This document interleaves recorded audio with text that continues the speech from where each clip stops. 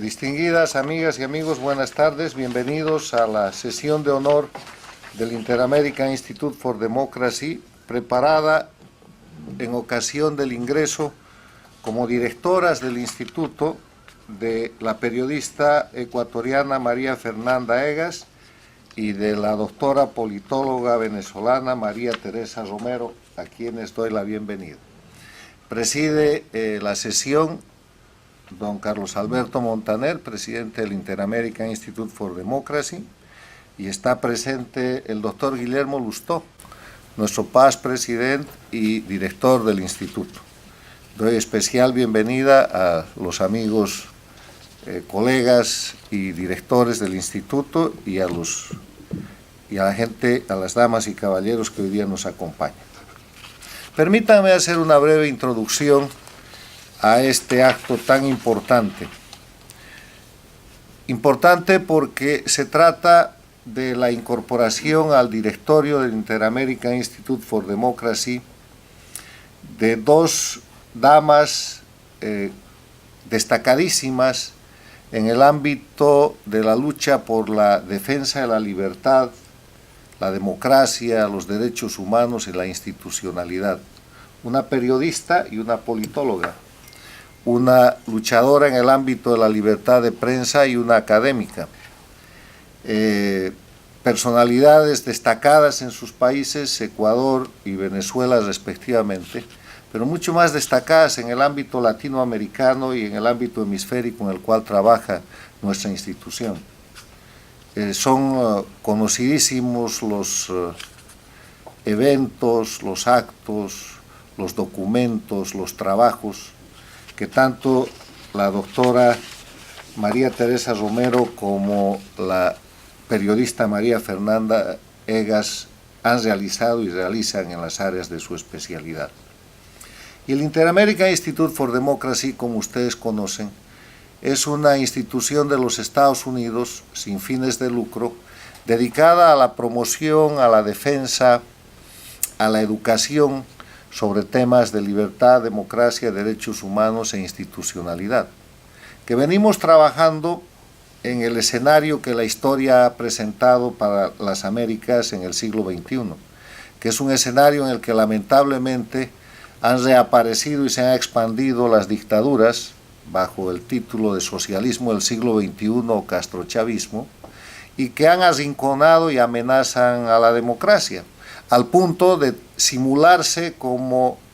gobiernos democráticos, cuando en verdad son regímenes dictatoriales que hoy día controlan Cuba, Venezuela, Nicaragua y Bolivia. Pero además de ese ámbito de disputa en el cual es importante el aporte intelectual, el aporte académico, el aporte político para la recuperación de la democracia, en el cual es importante la solidaridad y la defensa de los valores como por ejemplo la libertad de prensa, resulta sumamente esencial destacar que a los países con democracia hay que ayudarlos recordando los principios y valores de los cuales a veces se aparta la educación, a veces se aparta la práctica de la política, a veces se aparta la emisión de opinión pública, a veces se apartan las personas que están en la actividad de prensa y en la actividad de comunicación pública. Tan importante como señalar las dictaduras y luchar por restaurar la democracia y la libertad en Cuba, Venezuela, Nicaragua y Bolivia, es fortalecer los principios que sostienen la democracia, la libertad, los derechos humanos, la libertad de prensa, los derechos fundamentales como la propiedad privada, la libre expresión en los países con democracia. Y en los países con democracia, velando por que prevalezca y se mantenga el Estado de Derecho, que quiere decir nada más que no hay nada más importante que la ley, que no hay nadie por encima de la ley, que se respete la división e independencia de poderes, de los poderes dentro de la organización del Estado, y que se respete la dinámica en la cual el límite del derecho propio es el derecho de los demás. si nosotros podemos hacer sociedades en cada uno de nuestros países, en América Latina y en el hemisferio, en todas las Américas, más educadas sobre los principios de democracia, de libertad, de derechos fundamentales, de derechos humanos, de institucionalidad, vamos a tener sistemas mucho más sólidos y vamos a tener soluciones mucho más fáciles a los problemas que plantea el diario vivir y el gobierno y la relación en países como son los nuestros. En eso radica la importancia del ingreso de doña María Fernanda Egas y doña María Teresa Romero a nuestro directorio. Yo quiero recordar que el Inter-American Institute for Democracy tiene 3 niveles de gestión. Tiene un consejo en el cual se define la política y se verifica el rumbo del instituto, que está conformado por la gente a la que nosotros consideramos que tiene rasgos de conocimientos muy amplios, muy grandes, para guiar al instituto y que lo vienen haciendo desde hace más de 10 años de una manera muy adecuada. El presidente de ese consejo es Carlos Alberto Montaner, miembro de ese consejo es el doctor Guillermo Lustó, Armando Valladares, forma parte del consejo, forma parte también de ese consejo gente de la importancia como la doctora Beatrice Rangel y una larga lista de miembros expandidos por todo el hemisferio. El segundo nivel es el del directorio, que es el órgano ejecutivo, el que trabaja en el día a día, donde los directores forman una especie de gabinete en el que cada director, siendo nuestra organización una organización de voluntarios, asume determinadas tareas de acuerdo a su capacidad y a su especialidad. Y ese es el nivel en el cual se están incorporando hoy día tanto la doctora Romero como doña María Fernanda Egas, porque queremos nosotros fortalecer el directorio con las capacidades académicas y de conocimientos politológicos de María Teresa Romero y con las capacidades de prensa y de comunicación que tiene María Fernanda Egas, que además ya han venido trabajando y han venido realizando dentro del instituto, de manera que esta incorporación es solamente un reconocimiento a la permanente actividad de participación que ellas tienen en el Inter-American Institute for Democracy. Y el siguiente nivel es el nivel de miembros, en el que está casi la mayoría de los aquí presentes y la gente que nos está observando. Termino diciendo simplemente de mi parte que es un honor para mí el presentar estas 2 nuevas directoras que han sido propuestas y admitidas por unanimidad en nuestra organización, en nuestra institución, y desearles pues que podamos seguir impulsando los exitosos trabajos del instituto, que este año ha celebrado o cumple 10 años de existencia, y que podamos seguir cumpliendo los principios en este grupo de voluntarios que somos, que tiene la regla del pluralismo, que tiene la regla del no partidismo y que tiene la regla de la independencia como práctica de trabajo de todos los días. Muchas gracias. Es habitual en la incorporación de nuestros directores que los nuevos directores presenten un trabajo. No es la manera que tiene el instituto de enriquecer el conjunto de trabajos que ofrecemos a la sociedad en el hemisferio. Y hoy día la periodista María Fernanda Egas nos va a presentar un trabajo que se llama ¿Qué falta para terminar con la ley Mordaza en el Ecuador? Y después de que escuchemos la presentación de su trabajo, la doctora María Teresa Romero va a presentar su trabajo que se llama El principio de la no intervención como freno jurídico y político a la defensa y promoción de la democracia en las Américas. O sea que me permito invitar a doña María Fernanda Egas para que exponga qué falta para terminar con la ley Mordaza en Ecuador.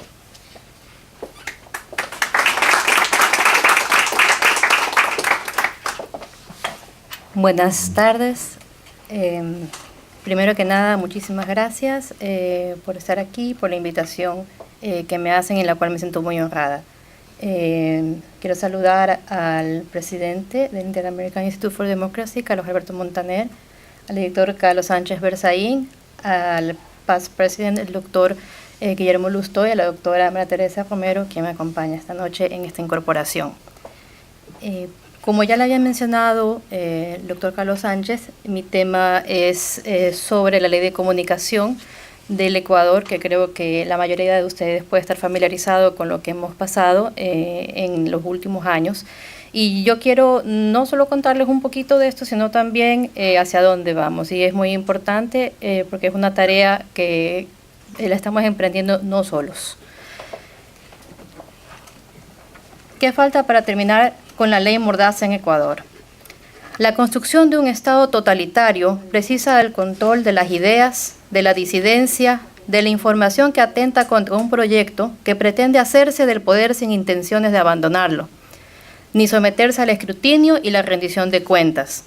Fue así que en Ecuador, en junio del 2013, para consolidar la estructura que ya contaba con el control de la justicia y todas las instituciones de control del Estado, con la promulgación de la Constitución de Montecristi en 2008, una mayoría parlamentaria del partido del gobierno de Rafael Correa, en el poder desde enero del 2007, aprobó la ley de comunicación más restrictiva de la región. Tras 1 hora y 15 minutos de debate, y con cambios de última hora que los asambleístas gobiernistas conocieron apenas 5 minutos antes de su votación. Bautizada como la Ley Mordaza, dio vida a monstruosos conceptos jurídicos como el linchamiento mediático y la censura previa, entendida más adelante no como una promoción de la libertad periodística, sino todo lo contrario. De igual manera, la obligación de que la información sea verificada, contrastada, precisa y contextualizada, en contravención con la Declaración de Principios sobre la Libertad de Expresión aprobada por la CIDH, que establece que los condicionamientos previos, tales como veracidad, oportunidad e imparcialidad por parte de los Estados, son incompatibles con el derecho a la libertad de expresión reconocido en los instrumentos internacionales. La ley contempló la creación de una entidad administrativa, la Superintendencia de Información y Comunicación, llamada Supercom, el organismo técnico de vigilancia, auditoría, intervención y control con capacidad sancionadora sobre todos los medios de comunicación. Pronto veríamos cómo su función expresa fue el acoso judicial y empeño en desfinanciar a las empresas de comunicación privadas, que a más de silenciar, buscó y en varios casos logró la quiebra o venta de ellos. El titular de esta agencia administrativa fue un periodista que se convirtió en el verdugo de los periodistas libres e independientes del poder de turno. La misión del Torquemada Carlos Ochoa fue fructífera y en 4 años de vigencia de la ley recaudó multas por cerca de $3 millones. Al término de los mandatos de Rafael Correa, la Superintendencia de Comunicación había emitido 706 sanciones administrativas. La ley establecía aberraciones como el linchamiento mediático, prohibiendo la difusión de información que de manera directa o a través de terceros sea producida de forma concertada y publicada reiterativamente a través de uno o más medios de comunicación, con el propósito de desprestigiar a una persona natural o jurídica, o reducir su credibilidad pública. Así, el periodismo ecuatoriano debía evitar exponer la corrupción de personas o empresas ante la ciudadanía, por temor a las sanciones por orquestación, mientras los del círculo del poder se asociaban impunemente para delinquir, como lo van demostrando casos que hoy son fiscalizados, como el secuestro del exasambleísta Fernando Balda, que ha vinculado al expresidente Correa, el encubrimiento por parte de la más alta jerarquía gubernamental de la investigación del asesinato del general Jorge Gabela, la persecución, extradición y encarcelamiento del exasambleísta Galo Lara, la trama internacional de Odebrecht, los Panama Papers y muchos casos más de una década oscurísima que saldrán a la luz y que la prensa debió inhibirse de informar como correspondía en una sociedad libre. Los periodistas teníamos entonces, por ley, la responsabilidad ulterior en nuestra labor por eventuales abusos en el ejercicio del derecho a la libertad de expresión. Desde el Palacio de Carondelet se prohibió a sus funcionarios dar declaraciones a la prensa, evitando la investigación y la verificación de la información, protegiendo así a sus funcionarios públicos del escrutinio de la prensa mediante la discrecionalidad de un superintendente de comunicación que actuaba acorde a las consignas que emitía el presidente de la República en la locución de cada sábado.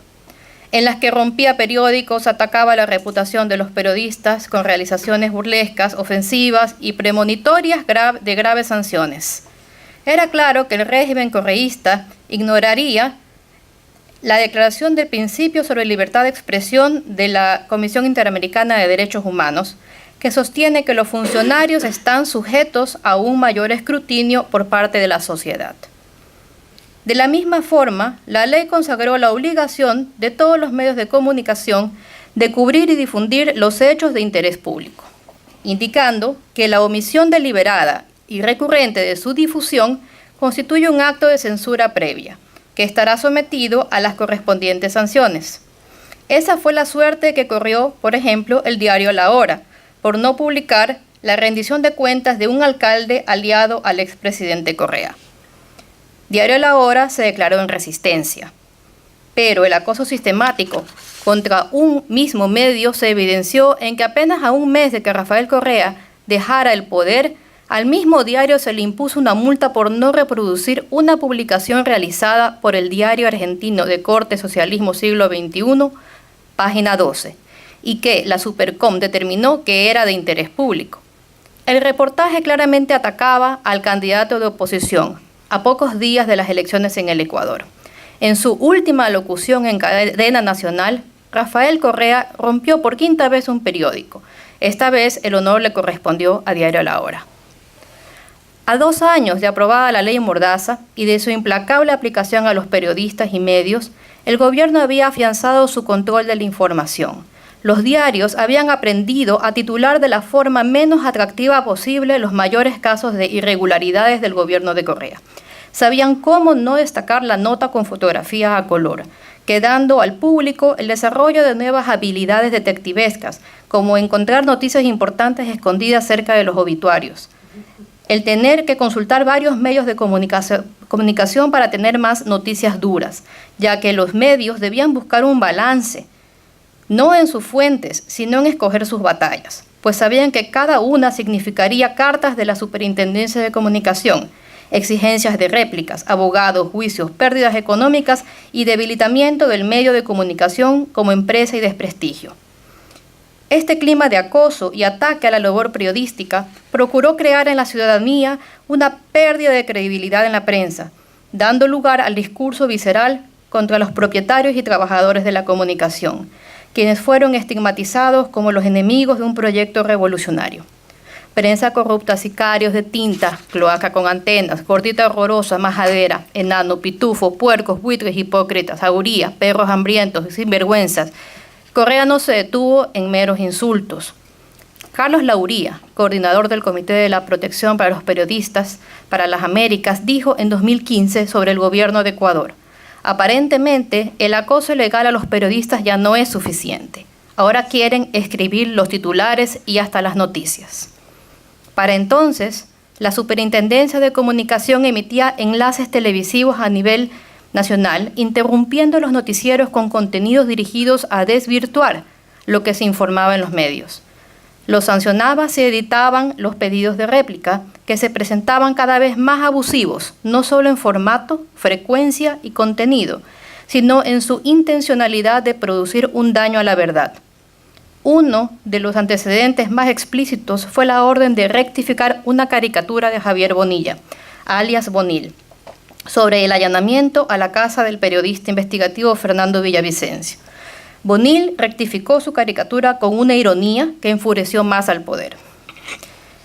Tras los 4 años de aplicación de la ley de comunicación, el cambio de gobierno tenía un pronóstico reservado. El sucesor sería Lenín Moreno Garcés, ex vicepresidente de Rafael Correa en su primer periodo. Tras un cuestionado triunfo, la estrategia de iniciar diálogos con diferentes sectores bajó los ánimos caldeados que dejara su predecesor. Uno de sus primeros actos fue la reunión con dueños de medios de comunicación, del que surgió un acuerdo de no agresión. A pesar de esto, la ley de comunicación siguió intacta durante 1 año, como una espada de Damocles, y las agresiones contra la libertad de expresión siguieron ocurriendo, aunque en menor medida. Fundamedios y la Relatoría de Libertad de Expresión de la CIDH destacaron que para mayo del 2018 los ataques contra la prensa en el primer año de la administración Moreno no desaparecieron, sino que se habían reducido en un 40%. Desde el 2008, que viene gobernando el partido Alianza País, Fundamedios registra 2.473 agresiones contra la libertad de expresión y bajo el engendro de la Ley de Comunicación, 510 sanciones a medios y periodistas. A las puertas de cumplir un año de gobierno y tras el secuestro y el asesinato del equipo periodístico de Diario El Comercio por la narcoguerrilla fronteriza, en mayo de 2018 Lenín Moreno anunció que se eliminaría la Superintendencia de Comunicación mediante un proyecto de reforma a la Ley de Comunicación. Moreno proyectó el espíritu que debería guiar las enmiendas diciendo: la libertad de expresión es un derecho que no debe de ser objeto ni de control ni de vigilancia, sino de protección por parte del Estado. Y destacó que ante una transgresión en el ejercicio de esa comunicación, se deberá responder ante la justicia constitucional y la ordinaria, civil o penal. Para debatir y revisar el proyecto de enmiendas, el pasado 25 de julio de 2018, el relator especial para la libertad de expresión de la CIDH, Edison Lanza, compareció ante la Comisión de Derechos Colectivos de la Asamblea Nacional para dar su visión y entregar las observaciones al proyecto de reformas a la Ley Orgánica de Comunicación, que presentó el presidente Lenín Moreno. El 25 de julio, la comisión anunció la eliminación del delito de linchamiento mediático. En agosto del 2018, la Corte Constitucional derogó la normativa constitucional que consideraba a la comunicación como un servicio público. Impulsada como enmienda a la Carta Magna por Correa en el 2015, esta comprendía medios públicos, privados y comunitarios, controlando un derecho humano como se controla el servicio de agua potable. Su reacción desde su autoexilio en Bélgica fue acusar a la Corte Constitucional de venderse por un plato de lentejas. Este 5 de septiembre fue aprobada por la Comisión de Derechos Colectivos de la Asamblea Nacional del Ecuador el proyecto de reforma a la Ley Orgánica de Comunicación, siguiendo las recomendaciones de la Relatoría para la Libertad de Expresión de la CIDH. El artículo 1 de la norma debe incorporar en su objeto la protección del derecho a ejercer la libertad de expresión y a buscar, recibir y difundir información e ideas de toda índole a través de los medios de comunicación. Gracias a los valiosos aportes y participaciones de expertos de la Relatoría para la Libertad de Expresión de la CIDH, de la Observadora de la UNESCO, de Fundamedios y de la Fundación Ciudadana y Desarrollo, se han logrado avances en estos objetivos de protección en el seno de la Comisión. Entre sugerencias planteadas se busca que la difusión de información judicial e información reservada sea permitida cuando garantice el derecho de ambas partes de dar sus versiones en condiciones de igualdad. La Relatoría para la Libertad de Expresión de la CIDH sugirió modificar, de acuerdo a los estándares internacionales, el artículo 42 de la ley vigente, que exige que las actividades periodísticas de carácter permanente en cualquier nivel o cargo en un medio de comunicación sean desempeñadas por profesionales en periodismo o comunicación. La ley Mordaza impedía a quien no contara con un título académico en periodismo ejercer la labor informativa, exceptuando a los programas y columnas de opinión. De acuerdo a la jurisprudencia de la CIDH, esta disposición restringe ilegítimamente su libertad de expresión. La Relatoría recomendó revisar el artículo 15 que establece la posibilidad de atribuir responsabilidad a los medios de comunicación por la difusión de información cuando no esté debidamente identificado el autor de la misma. La Relatoría recordó que la difusión de información sin identificación del autor por parte de los medios de comunicación forma parte de la protección del derecho a mantener la confidencialidad de las fuentes de información. La Comisión ha planteado que las cadenas nacionales solo sean obligatorias de transmitir en casos de emergencia.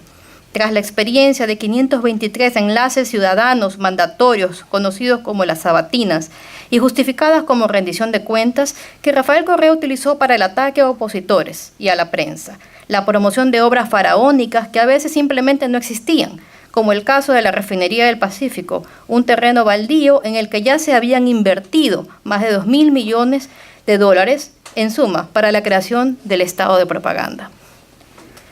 Una gran preocupación sigue generando la asignación de frecuencias en las que hay consenso en la concesión del 33% del espectro para las radios comunitarias, pero se desaconseja la reserva del 33% del espectro radial para las públicas. La experiencia de esta reserva durante el correísmo fue el acaparamiento de dichas frecuencias por testaferros del partido de gobierno, las que también se prestaron al estado de propaganda.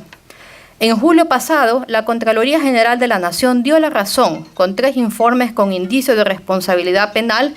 a las denuncias que durante 2 años venía realizando Fundamedios. El favoritismo hacia ciertos grupos mediáticos del concurso público de 1.476 frecuencias. La Contraloría determinó en julio del 2018 irregularidades en la asignación de puntajes, recalificación y descalificación de postulantes, violentando la igualdad de oportunidades y la seguridad jurídica de los participantes. El Consejo de Regulación de la Comunicación había expedido un instructivo a posteriori a las bases del llamado a concurso y un reglamento que no fue dado a conocer a los postulantes. Con ello resultaron favorecidos un asambleísta del correísmo, Jorge Yunda, postulante a 46 frecuencias, el empresario mexicano El Fantasma Ángel González, quien postuló para 104 frecuencias. Otro empresario cercano a las filas del gobierno postuló a 13 frecuencias, y Ricardo Rivera, el tío del hoy preso ex vicepresidente Jorge Glass, con televisión satelital. A Ricardo Rivera, el delator de Odebrecht en Ecuador, lo mostró en videos en trato de sobornos. Otra de las formas que practican los regímenes en guerra contra la prensa es cortar el suministro de publicidad oficial, que constituye un importante ingreso para el presupuesto y la sobrevivencia de los medios de comunicación. Durante el correísmo, esta publicidad fue mermada y en muchos casos negada a los medios insumisos al poder. El proyecto de enmiendas de la ley enviado por Lenín Moreno establece limitaciones para evitar la arbitrariedad y discrecionalidad en la asignación de esta publicidad oficial. El artículo 36, que obliga a difundir contenidos interculturales y plurinacionales, quedaría para los medios públicos. Debemos recordar cómo la anterior imposición en los medios privados fue de la mano con la creación de una empresa que produjo estos programas que las estaciones se vieron en necesidad de comprar debido a la inminencia de la ley sancionatoria. Los participantes de la comisión han coincidido en mantener la responsabilidad ulterior en caso de la vulneración de la reputación de las personas, la seguridad nacional y la salud pública. La lucha por el respeto a la libertad de las ideas es diaria. Y en los países donde el sistema judicial sea irrespetado o se preste a proyectos políticos de naturaleza totalitaria, las amenazas contra su integridad estarán al acecho. Es una tarea fundamental denunciar sus abusos, y si hay algo que debemos tomar del caso ecuatoriano, es que cuando el poder ataca con todas sus armas, se vuelven fundamentales la resistencia y el auxilio de los órganos internacionales, las organizaciones de la sociedad civil que pueden también estar bajo ataque, como fue el caso de Fundamedios, de las asociaciones mundiales de prensa y de defensores de la democracia como el Inter-American Institute for Democracy, que hizo de la causa de la libertad de expresión de Ecuador su causa. La reforma a una ley de comunicación que en principio no debió haber existido jamás, es ahora la vía de salida a la censura y persecución judicial. Lo que va más allá de una ley y que será de difícil reparación es el daño moral causado a los periodistas del Ecuador, que siguen siendo víctimas de agresiones físicas y verbales por parte de la población. El daño psicológico por sufrir persecuciones hasta en helicópteros, de agentes de inteligencia, con cámaras que registran sus movimientos y el de sus familias, con ciberataques a los portales de noticias y cuentas en redes sociales ante la publicación de trabajos periodísticos que incomodan al poder, y que si realmente van a respetarnos, deben dejar de suceder ya. El respeto a la libertad de expresión debe volver a calar en la fibra de todos los ecuatorianos, sin excepción. Muchas gracias.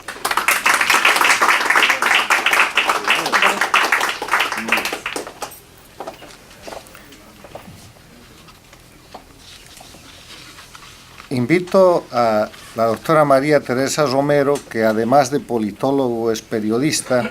que tiene maestría y doctorado en Ciencias Políticas y Relaciones Internacionales, que es profesora titular jubilada de la Universidad Central de Venezuela, que ha escrito varios libros y que es analista, consultora y colaboradora de varios medios de comunicación, a exponer el trabajo que ha preparado para este importante evento que titula El principio de la no intervención como freno jurídico y político a la defensa y promoción de la democracia en las Américas. María Teresa.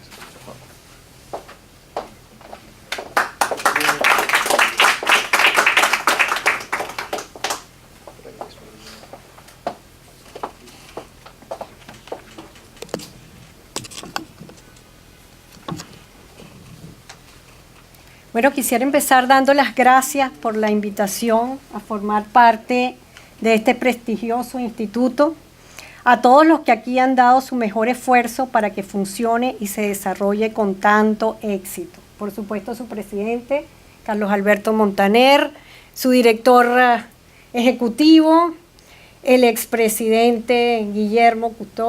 Lustó, que tanto nos hace falta ahora que se fue para Argentina, y a todos los miembros de su directorio y consejo consultivo, así como los que forman parte de su equipo administrativo, a quienes conozco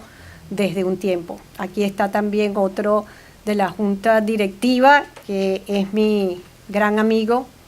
Luis Leishman, y que les doy las gracias que esté aquí. Es para mí un honor incorporarme como nuevo miembro de la Junta Directiva y trabajar con todos ustedes en beneficio de la democracia continental, una labor que ha sido prioritaria en mi trayectoria académica y profesional. Hasta mi tesis de grado para optar al doctorado de Ciencias Políticas, que luego se convirtió en un libro, fue sobre este tema que siempre me ha perseguido y yo a él. No sé por qué yo trato de huir de él y siempre me persigue. No sé si por casualidad, en el supuesto que exista, que justamente esta incorporación de hoy, jueves, se está realizando un 13 de septiembre, fecha en que uno de los principales partidos de la época democrática venezolana, Acción Democrática, AD, celebra el 77 aniversario de su fundación. Nunca he sido adeca, por cierto, pero quiero decir que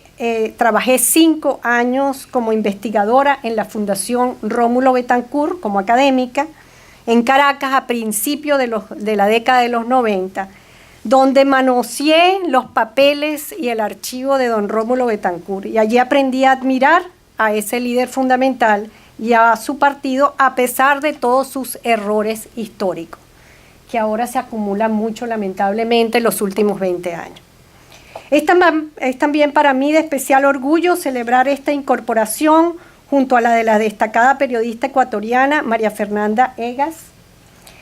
una luchadora por la defensa de la libertad de prensa y la democracia regional. Y por supuesto, asimismo, me honra celebrar con todos los aquí presentes, familiares y amigos. Aquí están mis 2 hermanos, mi cuñada, mi esposo, mi hijo, que ha sido una sorpresa, y amigos de quienes siempre he recibido apoyo solidario. Muchas gracias de verdad por estar aquí. Bueno, dando paso al discurso que se me ha solicitado para esta inauguración, quisiera precisar que escogí el tema del principio de la no intervención como freno jurídico y político a la defensa y promoción de la democracia en las Américas para reflexionarlo hoy con ustedes, porque si bien es antiguo y se ha debatido ampliamente, es muy teórico incluso, continúa siendo un tema neurálgico a mi modo de ver, no resuelto y con plena vigencia. El tema es propicio, además, debido a la grave situación por la que atraviesa Venezuela, en que una dictadura, como ya lo sabemos, narcoterrorista, se empeña en permanecer en el poder a cualquier costo y fortaleciendo la destrucción nacional, lo que ha provocado, entre otros múltiples y negativos efectos, un masivo éxodo de ya casi 4 millones de venezolanos que tienen en jaque a todo el continente americano.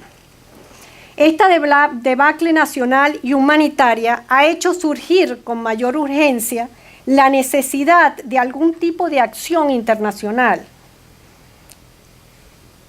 además contundente, que vaya mucho más allá de las medidas de presión y aislamiento tomadas hasta ahora hacia el régimen de Nicolás Maduro. Y no me estoy refiriendo necesariamente a una invasión militar por parte de los Estados Unidos, de la cual, por cierto, también se habla mucho en la actualidad.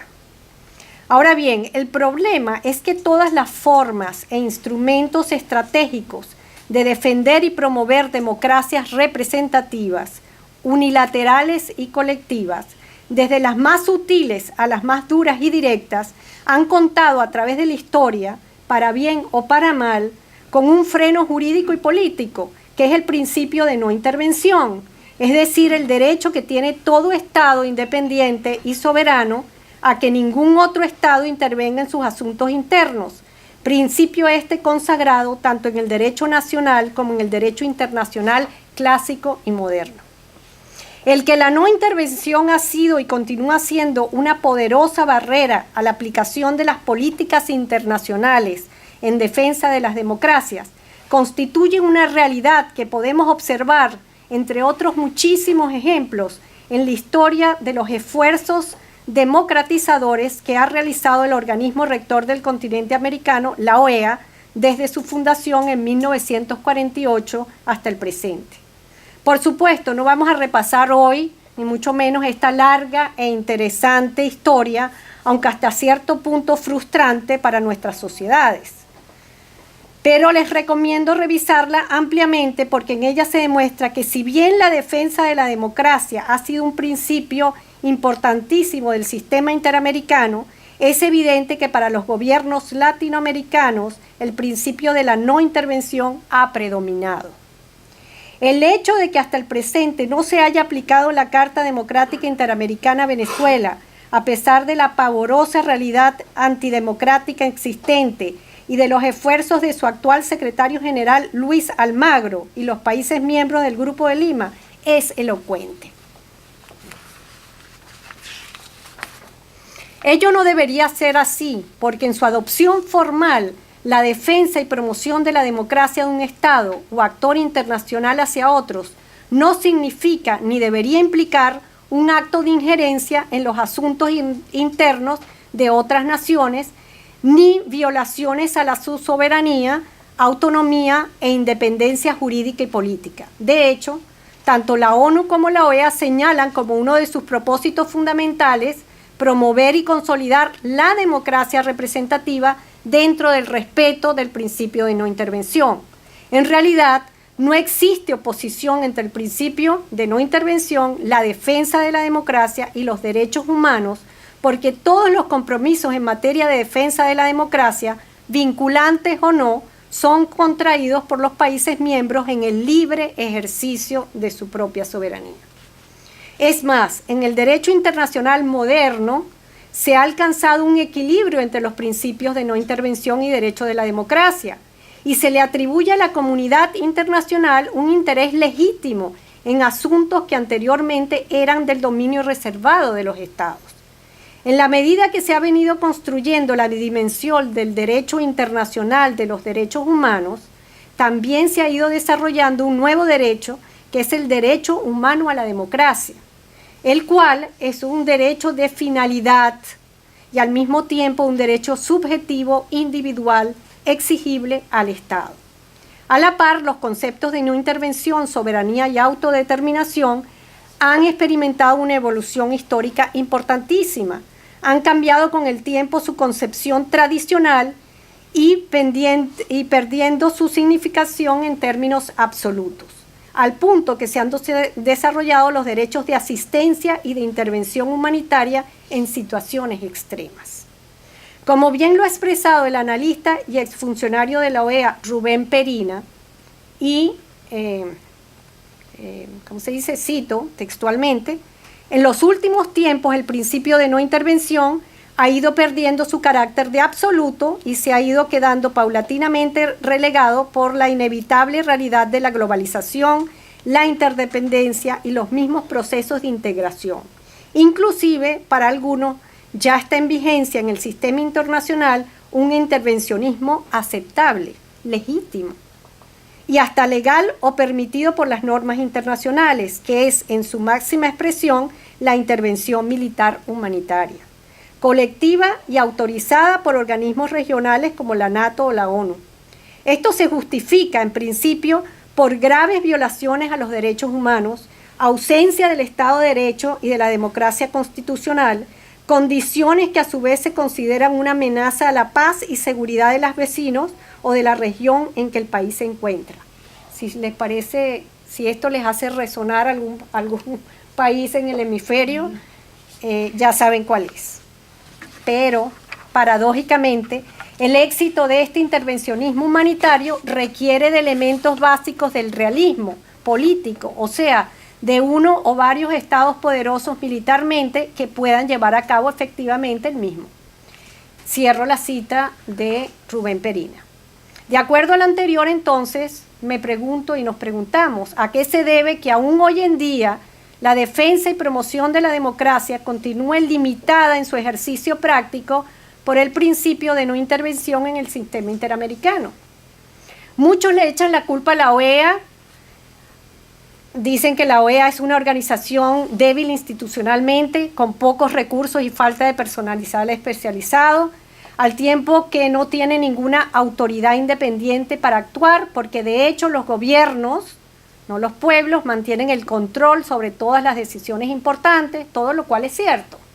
Además que su Carta Democrática Interamericana necesita fortalecerse y reformarse en varios aspectos. Pero el problema fundamental sigue siendo el mismo. Es la falta de voluntad política de los miembros de la OEA,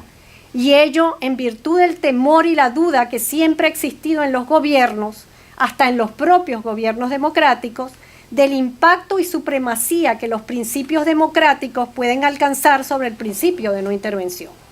lo que podría llegar a otorgar puerta franca al intervencionismo, según algunos, en especial por parte de las potencias mundiales sobre los estados más débiles.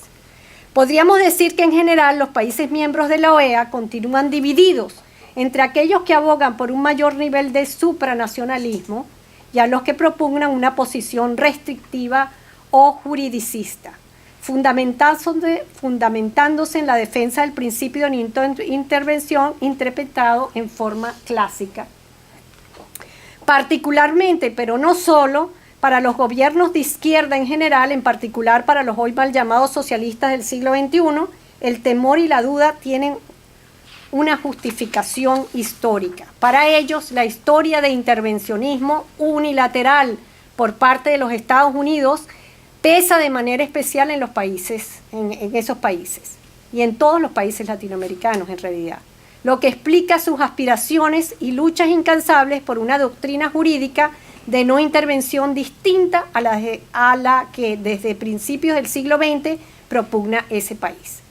Los países latinoamericanos lograron establecer en la Carta de la OEA y en el Tratado Interamericano de Asistencia Recíproca, TIAR, firmados en la segunda mitad de la década de los 40 del siglo pasado, un sistema de consulta y colaboración entre los países americanos que implicaba una responsabilidad colectiva ante situaciones que anteriormente hubieran llevado a la intervención por parte de alguno de ellos. De hecho, en la Carta Fundacional de la OEA, que no es la Carta Interamericana, se adopta el principio de no intervención en una forma total y absoluta, de modo que se prohíbe la intervención directa o indirecta, cualquier sea el motivo que se invoque en la política interior o exterior de un Estado. Y tal prohibición no se limita a la agresión física, sino que incluye cualquier tipo de coacción económica o política. Solo quedan a salvo los casos de legítima defensa individual o colectiva. En suma, si bien los latinoamericanos aceptaron en la misma Carta Constitutiva de la OEA el principio de defensa y promoción de la democracia, basado en el principio de solidaridad y colaboración entre las naciones americanas y el sistema de seguridad colectiva y de resolución obligatoria de conflictos, en el transcurso de la historia interamericana, incluso en la actualidad, tras la firma de la Carta Democrática Interamericana del 2001, han tenido precaución y predisposición, diría yo, ante cualquier tipo de mecanismo colectivo para la defensa y promoción de la democracia hemisférica. En la mayor parte de América Latina continúa la cautela acerca de un posible y nuevo intervencionismo de posguerra fría, así lo llaman, y de allí el rechazo a un cambio real a la concepción tradicional del principio de no intervención. Pero el aferramiento obstinado al principio de no intervención en su concepción clásica, como se observa particularmente en los gobiernos pertenecientes al neocomunismo del siglo XXI, no solo ha constituido un obstáculo para la defensa colectiva de la democracia, sino que ha servido para amparar y perpetuar esas mismas dictaduras, como lo hemos estado viendo hoy en día en los casos de Venezuela, Cuba, Nicaragua y Bolivia. En verdad, la interpretación sesgada de estos dos principios consagrados en la Carta de la OEA, la no intervención y defensa de la democracia, ha conducido a verdaderas aberraciones contrarias tanto a los derechos humanos como a la libertad de los pueblos y ha favorecido la permanencia en el poder de gobernantes que han secuestrado el derecho de los pueblos a decidir su destino. De modo que aunque parezca desfasado el tema que hoy estamos tratando,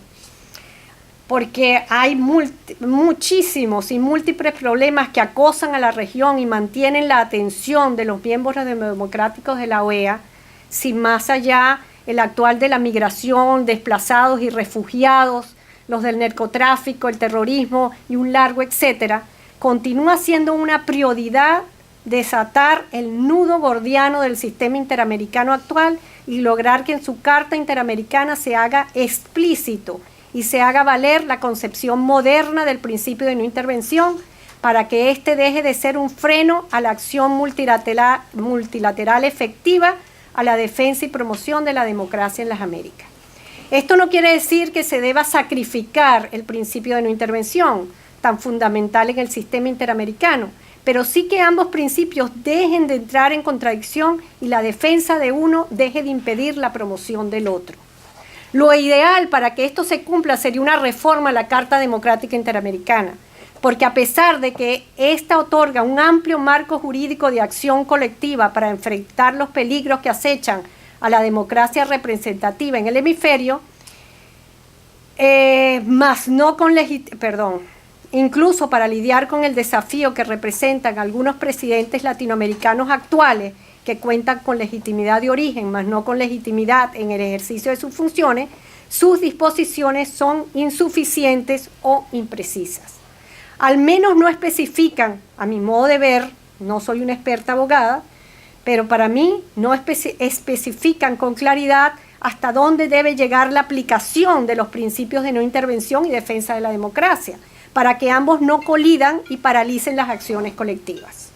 Algunos expertos van más allá y han propuesto reformas tales como que la Carta Democrática se convierta en Tratado Interamericano de Protección a la Democracia, que se abra la OEA para que puedan acudir directamente a la misma representantes de los poderes legislativo, judicial, autoridades electas y judiciales y organizaciones civiles, crear una Comisión Interamericana de Protección a la Democracia, relatores y misiones permanentes que no necesiten de los permisos de los gobiernos para presentar informes sobre el estado de la democracia en cada estado, así como despolitizar las instancias de demandas por las violaciones, transfiriendo del Consejo Permanente a la Corte Interamericana de Derechos Humanos las facultades de evaluar las violaciones a la democracia.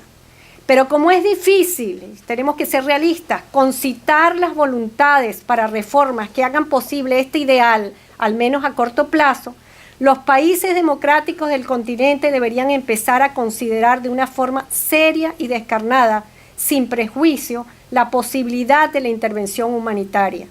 O como aclara el embajador Diego Arria, la intervención con fines humanitarios. En casos extremos en que falten los mecanismos de presión interna y externa, en virtud que el derecho internacional los asiste, que dicha intervención está prevista en convenciones y resoluciones internacionales. Cabe recordar que la intervención humanitaria surgió fuera de las instituciones internacionales establecidas y del sistema de las Naciones Unidas, y su origen se remonta al grupo francés Médicos Sin Fronteras, que atribuía a los derechos humanos un valor superior a la soberanía nacional. Médicos Sin Fronteras lanzó el concepto de derecho de intervención cuando se produjeran catástrofes en materia de asuntos humanitarios, sin atenerse a las prescripciones del derecho internacional tradicional. Mas el sistema internacional adoptó con bastante rapidez y transformó dicho concepto, incluyendo el de responsabilidad de intervenir de la ONU.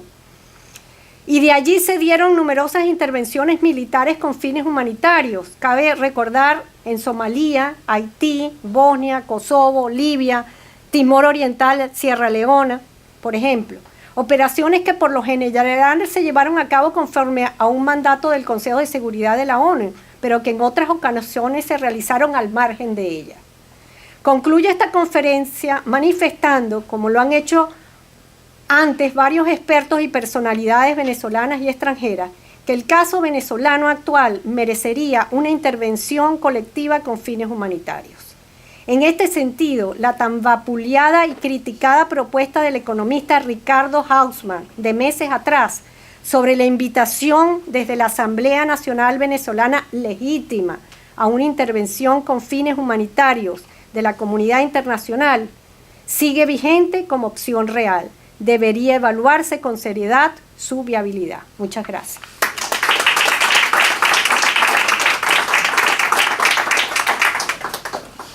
Nuestro presidente, Carlos Alberto Montaner, va a dar la bienvenida a nuestras nuevas directoras.